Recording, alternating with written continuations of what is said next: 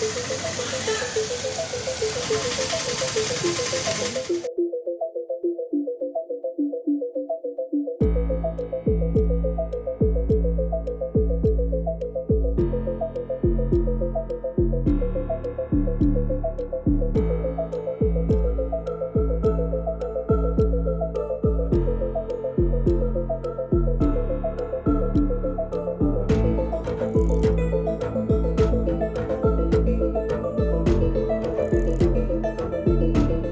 5% കൂടുതൽ മാർക്കറ്റിലേക്ക് പൈനാപ്പിൾ വരില്ല. എല്ലാം തോട്ടങ്ങളിൽ നിന്ന് നേരിട്ട് ഡയറക്റ്റായിട്ട് കയറി പോകുന്ന ഒരു സ്ഥിതിവിശേഷമാണ് സാധാരണഗതിയിൽ സംജാതമായിക്കൊണ്ടിരുന്നത്.